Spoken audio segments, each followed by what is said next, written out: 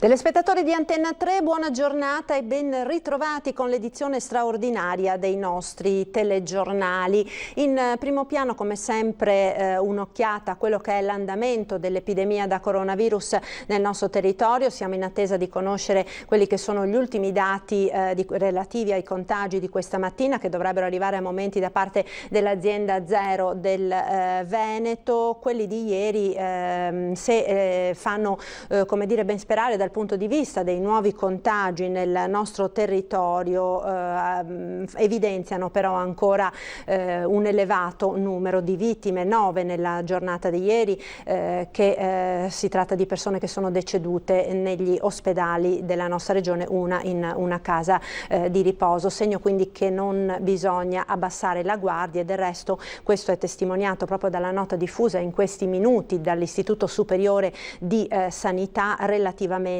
al territorio nazionale, dati che evidenziano la presenza ancora di focolai attivi in tutta la penisola, quindi documentati, dice l'IS, focolai attivi, riscontro in gran parte dovuto all'intensa attività di screening e di indagine, con l'identificazione e il monitoraggio che continuano ad andare avanti a ritmo serrato di contatti stretti dei pazienti risultati positivi, dati che però evidenziano come l'epidemia non sia ancora del tutto conclusa nella nostra regione. Questo monitoraggio è relativo all'ultima settimana di maggio.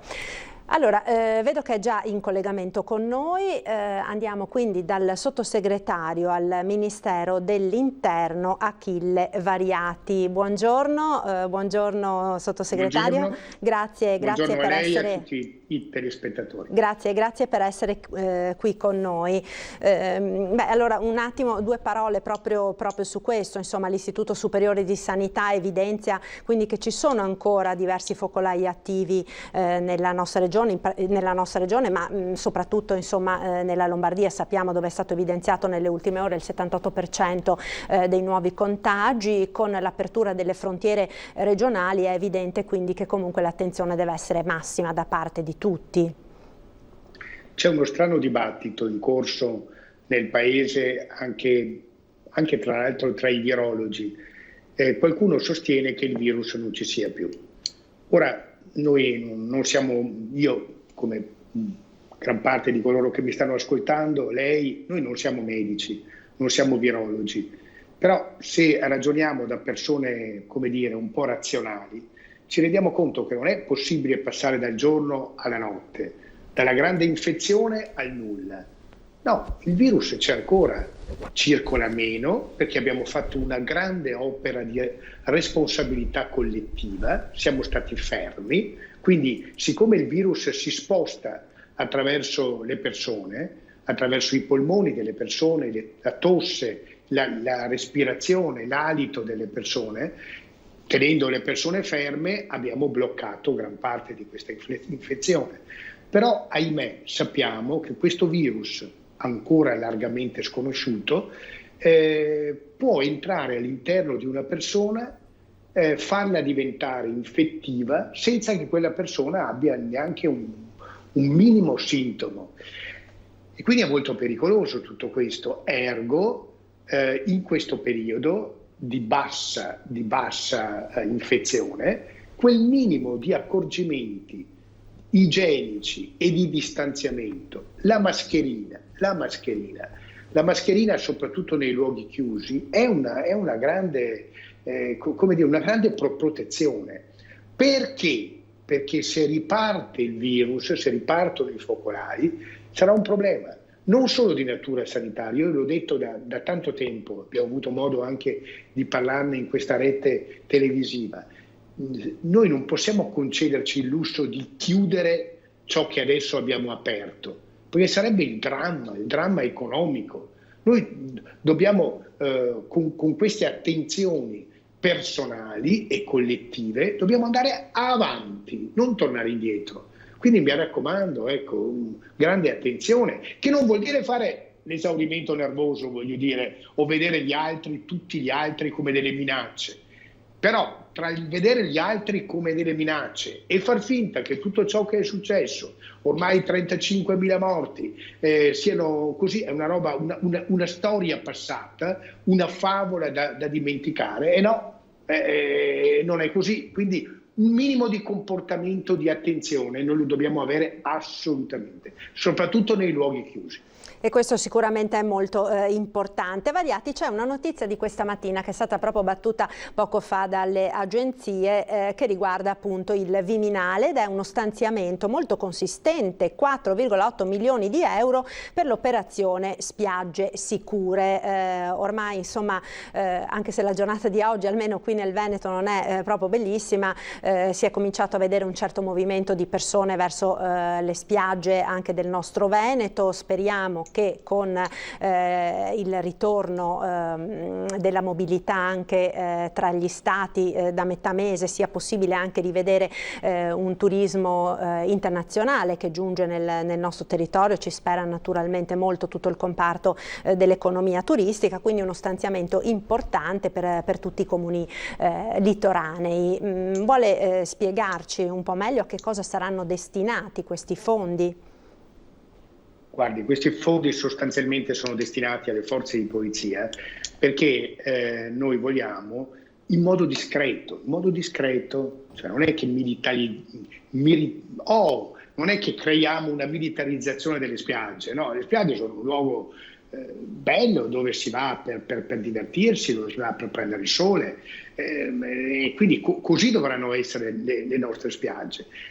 Però dobbiamo vegliare su alcuni comportamenti sbagliati e soprattutto aiutare i gestori a mantenere quegli accorgimenti su cui abbiamo raggiunto un accordo di protocollo, e una particolare attenzione alle spiagge libere, perché lì i gestori non ci sono, però non possiamo abbandonarle, perché tutte le persone, quelle che si possono permettere e lo sdraio pagandolo, devono essere protette, ma devono sentirsi protette anche le persone che non se lo possono concedere e con il carrellino piantano l'ombrellone nella spiaggia libera e prendono il sole. Ecco, quindi sarà un modo discreto di esserci, non punitivo, ma a supporto del buon senso. Ecco, questo è quello che faremo. Attenzione, perché prima, quando dicevamo comportamenti responsabili, li dobbiamo avere in questo periodo, perché anche dal punto di vista turistico deve passare la sostanza e l'immagine che il Veneto, le spiagge del Veneto, la montagna veneta, la collina veneta, le città d'arte venete, a iniziare da Venezia, sono luoghi sicuri. Sono luoghi sicuri. Se un turista europeo o meno vuol venire in Italia e vuol venire qua, sa che qua trova un luogo sicuro. Ovviamente, se per caso questo non fosse, cioè ti scappa un focolaio a destra e un focolaio a sinistra, è ovvio, la gente prende paura e scappa, no?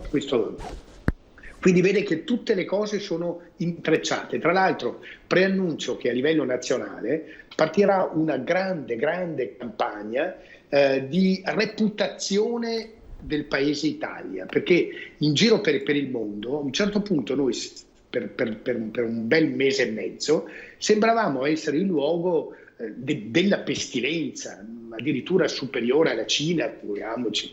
Cioè, i dati di confronto tra i morti e i contagiati in Italia rispetto ai morti e ai contagiati in Cina sono inconfrontabili, per una semplice ragione, che qui abbiamo detto le cose come stanno all'unità di malato, tutto è stato reso noto con una trasparenza assoluta. Scusi, mi sento la responsabilità di dirlo, non penso che la stessa cosa sia successa in Cina. Quindi i numeri veri, così come ad esempio dicono ma in Africa stanno morendo X, ma cosa vuoi? Quelli sono i numeri ufficiali, ma chissà quanti nei villaggi tra la povera gente come in America Latina stanno morendo senza la registrazione che sono morti da coronavirus. Ergo, e chiudo, bisogna che la reputazione del nostro paese sia lanciata con una grande campagna internazionale per richiamare il luogo straordinario della bellezza italiana, delle bellezze italiane, uniche al mondo, per far tornare la voglia di venire nel nostro paese, e questo verrà fatto. Ecco, sicuramente questa è una notizia attesa con grande entusiasmo anche, diciamo, da tutti gli operatori del settore, che hanno molto invocato proprio un intervento del governo in questo senso. Mi riferisco in particolare poi alla nostra regione, dove sappiamo, insomma, che nel Veneto il peso dell'economia turistica sia estremamente importante nell'ambito proprio di tutto il sistema economico della regione.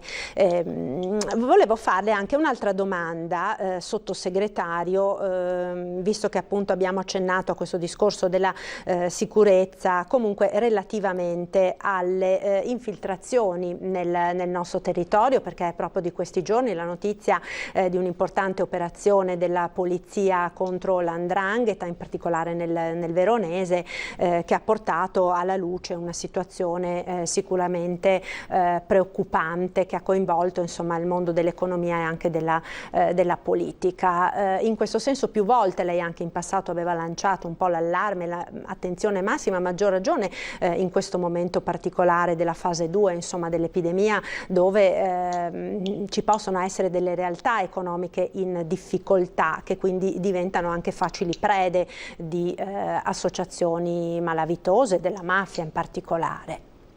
Assolutamente sì.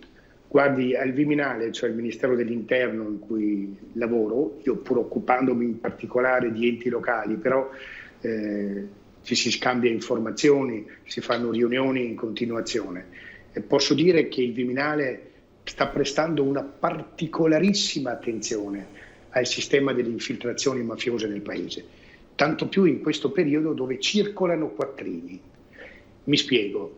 Due sono i settori deboli su cui la mafia, che poi non è più fatta di quei personaggi un po' folcloristici con la coppola, eccetera, ma che qui sono professionisti che girano con giacca e cravatta, dimostrando una grande serietà, una grande competenza, a volte parlano anche più lingue, e vanno in un'azienda che è in difficoltà di liquidità. Spesso a questa azienda offrono quattrini apparentemente a condizioni vantaggiosissime. Sappiamo che è un modo per riciclare del denaro sporco, e se quell'azienda cede, se quell'imprenditore lasciato solo cede di fronte alla necessità della sua azienda di avere liquidità per pagare i fornitori, per continuare a lavorare, è l'inizio della fine per quell'azienda, perché è dimostrato, stradimostrato, che mai la mafia ha creato un posto di lavoro. La mafia attacca come un tumore a un'azienda, non la molla più, comincerà poi a pretendere per riciclare del denaro sporco, finché a un certo punto quell'azienda decotta, non ce la fa e fallisce.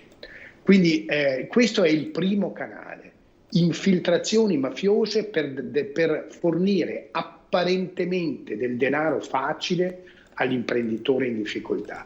Due, comprano, magari anche a condizioni apparentemente vantaggiose rispetto al valore di mercato, comprano attività commerciali, quindi nei negozi, attività artigianali, piccola impresa.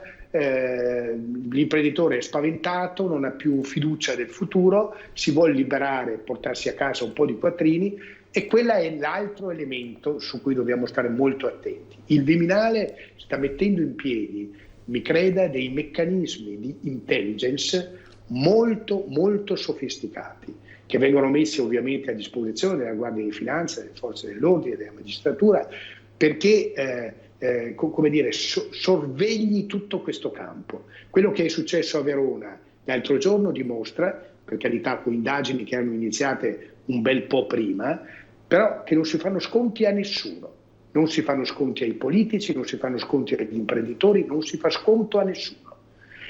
Però attenzione, quegli imprenditori che sono in difficoltà non vanno lasciati soli, perché altrimenti diventano, come ho detto, vittime. Questo è il punto. Lo Stato deve arrivare prima, lo Stato deve arrivare con efficienza. Lo Stato è stato efficiente in questo mese? No. Lo dico per primo e io sto facendo una mia battaglia anche a Roma da questo punto di vista.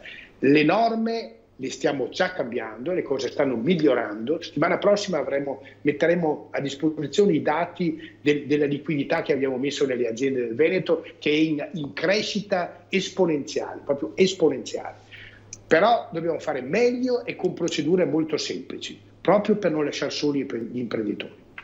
Ecco, a questo proposito, sottosegretario, il Premier Conte l'altro giorno ha annunciato questi stati generali dell'economia che si dovevano tenere a Roma, a Villa Pamphili lunedì, pare siano stati rinviati forse a mercoledì, ma insomma dai rumors che girano pare ci sia un forte malcontento da parte dei parlamentari del PD proprio su questo. Può dirci qualche cosa? Nel senso, insomma, si dice che è troppo poco il tempo sufficiente per preparare un piano di questa portata che sicuramente condizionerà il corso dell'Italia dei prossimi mesi e dei prossimi anni sicuramente. Guardi, la politica, la democrazia ha bisogno sempre della grande fatica, dei confronti, delle idee diverse, eccetera. Quindi, poi voi giornalisti a volte un confronto interno alla maggioranza voi lo titolate come uno scontro, no? E poi magari non è proprio uno scontro, è un modo per potersi anche parlare. Una cosa è certa, di fronte ai finanziamenti, noi adesso abbiamo fatto fronte e dobbiamo migliorare con gli aiuti, ma non è che tu con gli aiuti di Stato hai risolto il problema, tu devi lanciarlo questo paese. È il momento in cui dopo la tristezza dei negozi chiusi, delle attività chiuse, del blocco del mondo produttivo, adesso noi dobbiamo utilizzare questo periodo per un rilancio eccezionale dell'economia del nostro paese e per quanto ci riguarda del nostro Veneto.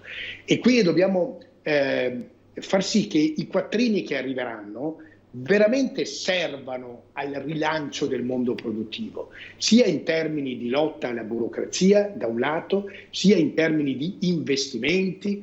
Tutti i paesini, anche i più lontani nelle nostre colline, nelle nostre montagne, devono avere la banda larga, dobbiamo avere una liquidità forte, come dicevo. Pensi alle grandi opere.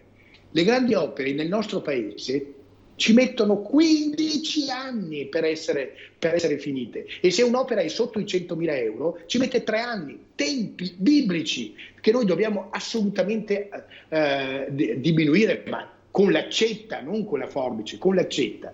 Per fare questo, la maggioranza si chiude su se stessa perché la maggioranza sa tutto? No, sarebbe un gravissimo errore. E la maggioranza si deve confrontare con le minoranze, che al di là degli slogans di piazza come quelli che abbiamo visto il 2 giugno, se ci sono delle idee è giusto che queste idee vengano messe onestamente sul tavolo del confronto, e anche con il mondo produttivo, con le associazioni di categoria, con il mondo sociale. Allora, questo incontro che verrà fatto sarà martedì, sarà mercoledì, sarà venerdì, non è giorno più, giorno meno. Però bisogna andare non con le favole, bisogna andare con dei progetti ben chiari. C'è un piano Colau cosiddetto che il governo ha predisposto e su cui per l'appunto si sta discutendo in queste ore. Quel piano va messo sul tavolo del confronto, si accettano idee anche diverse e si fa un grande aggiornamento perché questo governo, che può piacere, può non piacere, può durare un mese, può durare un anno, può durare 2 anni, poi ce ne sarà un altro di governo, poi magari ci sarà una maggioranza diversa, e penso che nessuno abbia, come dire, l'intenzione poi di gestire il disastro, di gestire l'emergenza economica. Quindi quando si tratta di lavorare per il bene del paese, qua ci si deve rimboccare le maniche, punto e a capo. Ecco, per quanto riguarda i trasferimenti agli enti locali, invece, sottosegretario, c'è stato parecchio malcontento da parte dei comuni che hanno manifestato, insomma, le difficoltà nelle quali si trovano, a maggior ragione, insomma, in questo periodo. C'è qualche novità in questo senso? Un momento. Non è mai sufficiente, no? Come nei momenti di emergenza. Ora, i comuni vanno assolutamente, qui parla uno che ha fatto il sindaco per tanti anni, vanno assolutamente sostenuti per una semplice, banale questione, che non è politica, ma è funzionale. I comuni danno l'80% forniscono l'80% dei servizi ai cittadini, servizi fondamentali ai cittadini. Dall'infanzia al servizio funebre, per capirci, tutto passa attraverso il comune. I rifiuti solidi urbani, insomma, l'acqua, gran parte dei servizi fondamentali passano dai comuni. Quindi i comuni vanno sostenuti e i comuni saranno sostenuti. Hanno ricevuto una prima rata del 30% di 3 miliardi. Per la città di Venezia sono arrivati 10 milioni e qualcosa, per la città di Vicenza 2 milioni e qualcosa, e a tutti i comuni, proporzionalmente alle loro entrate, sono arrivati questi quattrini fisicamente, e sono quattrini in più. Poi arriverà entro la fine di giugno, primi di luglio, gli altri 70%. Quindi se sono arrivati circa tra province e comuni sono arrivati circa 68 milioni di euro come anticipo, che è il 30%, il 70% sarà più del doppio, che arriverà fra un mese circa. E poi abbiamo detto, come governo, lo ha detto Conte parlando ai rappresentanti dei comuni d'Italia, che si fa nel tavolo di monitoraggio che c'è a Roma e a cui fanno parte i comuni. Se ci sarà bisogno si daranno altri 3 miliardi, perché i comuni vanno sostenuti. Quindi i sindaci devono stare, pur in questo periodo difficile, sufficientemente tranquilli che le minori entrate che stanno registrando, perché la COSAP, abbiamo detto, il plateatico, per capirci, che deve essere dato ai commercianti, i commercianti non lo devono pagare e quindi lo pagherà lo Stato. Le minori entrate delle Tari, le minori entrate dell'IMU, eccetera, avranno una sostanziale compensazione da parte dello Stato. Ecco, velocissima perché so che deve scappare, che ha un altro impegno. Sottosegretario, volevo farle una domanda, una risposta flash sulla questione che è esplosa in Veneto proprio in queste ore relativamente alla facoltà di medicina a Treviso. La Regione aveva fatto questa legge per istituire un corso completo di medicina presso l'ospedale Cafoncello di Treviso. Il ministro Boccia ha stoppato e c'è molto malcontento, insomma, in questa parte del Veneto, anche perché si è dimostrato, insomma, quanto necessaria sia la formazione dei medici, a maggior ragione, insomma, dopo quanto abbiamo vissuto in questi ultimi mesi. Guardi, io non conoscevo questo problema perché non è il settore che sto curando io, ma quando l'ho appreso con un grandissimo dispiacere. Mi pare che sia un corso di laurea per circa 60 nuovi medici che era costato un grande confronto con l'Università di Padova. Ho parlato proprio ieri con il rettore che mi ha informato di questa pessima notizia, brutta notizia. Purtroppo sa cos'è? Che in molte materie ci sono quei cosiddetti poteri che stanno a metà, un po' li ha la Regione, un po' li ha lo Stato. Quindi scattano poi, a fronte di una legge regionale, scattano i controlli se la Regione si è troppo allargata rispetto ai suoi poteri, rispetto ai poteri dello Stato. Ed è così che vengono impugnate presso il Consiglio dei Ministri le leggi. Però, guardi, io mi farò carico da Veneto, e sapendo quanto è importante questo corso di laurea, perché al più presto si chiariscano le cose e possa ripartire questo progetto. Grazie sottosegretario Achille Variati per questo suo intervento, è stato davvero molto gentile, so che deve scappare, quindi la ringrazio per aver partecipato, le auguro buon lavoro, alla prossima. Grazie a voi e buon lavoro. Grazie. Allora, noi ora ci fermiamo per qualche istante di pubblicità lì nella regia, restate con noi a tra pochissimo.